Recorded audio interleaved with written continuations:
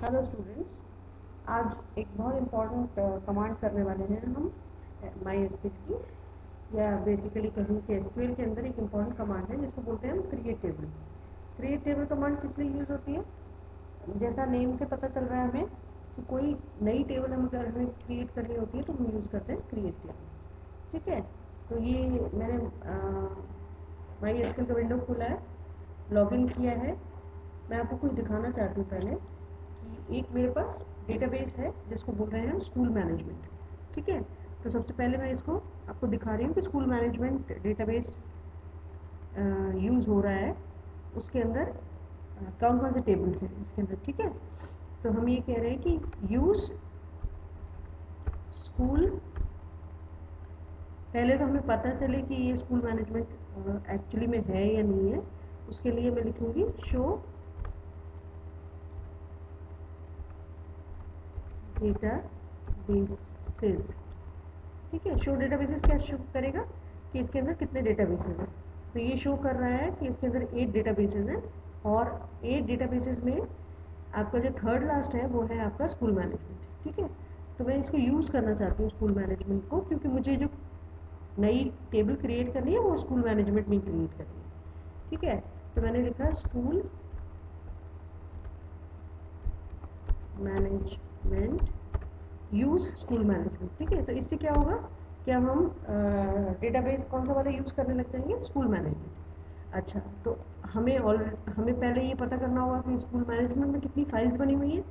तो चेक करना चाहते हैं हम कि कौन कौन सी फाइल्स बनी हुई है, तो मैं लिखूँगी शो टेबल्स। क्योंकि हम अभी इस वक्त स्कूल मैनेजमेंट में है, तो शो टेबल्स किसकी टेबल्स को शो करेगा, स्कूल मैनेजमेंट में कितनी टेबल्स हैं। तो स्कूल मैनेजमेंट में 2 टेबल्स हैं, स्टूडेंट और टीचर। ठीक है, तो हम एक नई फाइल क्रिएट करना चाहते हैं जिसका नाम है क्लासेस। एक्चुअली में क्लासेस वो टेबल होगी जो हमें ये बताएगी कि कौन से क्लासरूम के अंदर कौन सी क्लास चलती है। ठीक है, तो जैसे क्लास है बीएससी फर्स्ट ईयर है, तो वो कौन से रूम में चलती है।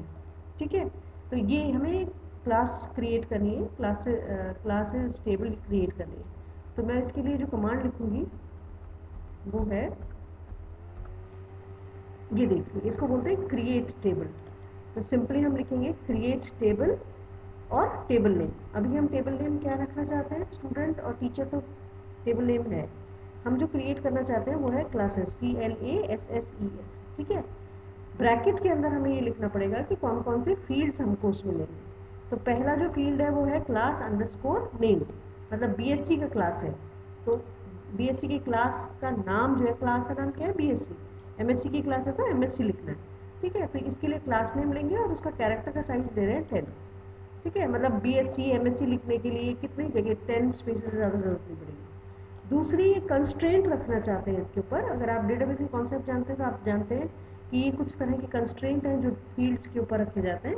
तो एक कंस्ट्रेंट रखना चाहते हैं नॉट नल, मतलब हम ये नहीं चाहते कि किसी भी क्लासेस के अंदर कोई भी जो एंट्री है वो ब्लैंक जाए, क्योंकि क्लास नेम नहीं है तो फिर रूम नंबर लिखने का कोई मतलब नहीं है ना। अगर क्लास नेम है तभी रूम नंबर का मतलब है। तो हम या बीएससी लिखें, एमएससी लिखें, एमटेक लिखें, एमसीए लिखें, तो ये सब लिखना, उनमें से कुछ ना कुछ लिखना है। तो नॉट नल है, नल से ये इसको अलाउ नहीं करेगा। ठीक है, फिर दूसरा है, हमें क्लासरूम नंबर लिखना है, मतलब क्लास बिल्डिंग के अंदर जो क्लासरूम है, कौन सा नंबर का क्लासरूम है जिसमें कि बीएससी की क्लासेस चलती है, कौन सी है जिसमें एमएससी की क्लासेस चलती है। तो ये भी फील्ड है दूसरा वाला, और उसका जो फील्ड का लेंथ है वो है कैरेक्टर 10, मतलब 10 साइज के अंदर लिखना पड़ेगा। रूम नंबर 20, 25 या लेक्चर थिएटर 10, ऐसे जो भी क्लास का नाम है वो लिखना है। एक लास्ट चीज़ और है जो आपको शायद पता होगा कि इसके अंदर प्राइमरी की कौन सी है। तो ये जो फाइल है इसके अंदर प्राइमरी 2 कीज़ हैं, कौन कौन सी, क्लास नेम और क्लासरूम नंबर। इसमें से जो ये फील्ड है ना क्लास नेम, इसको हम एज अ प्राइमरी की यूज़ करेंगे। तो इसके लिए मैंने इसको प्राइमरी की, एक बार मैंने लिख दिया फील्ड कौन कौन से, 2 फील्ड्स हैं, और class name would be acting as a primary की।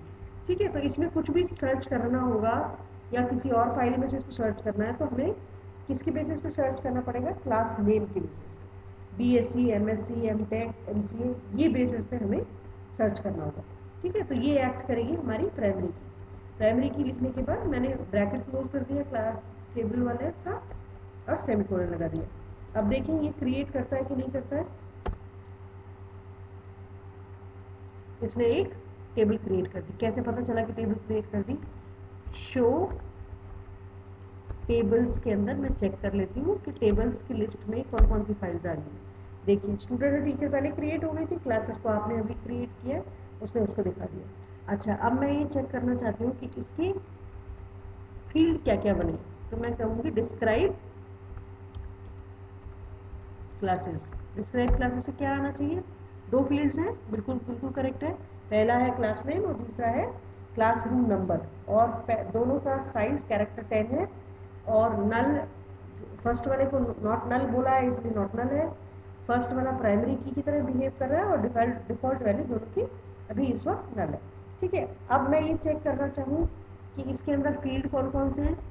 सेलेक्ट स्टार फ्रॉम क्लासेस, इसकी फील्ड्स को देखने के लिए है ना। देख लीजिए ये शो कर रहा है क्योंकि अभी हमने इसको क्रिएट ही किया है, इसके अंदर कोई रिकॉर्ड नहीं है। तो ये सेलेक्ट स्टार फ्रॉम क्लासेस के लिए कह रहा है एम्प्टी सेट। ठीक है, तो इस तरह से हमने क्रिएट टेबल यूज करके एक नई टेबल को क्रिएट कर लिया। तो ये होप आपको ये कमांड समझ में आ गया होगा। Thank you.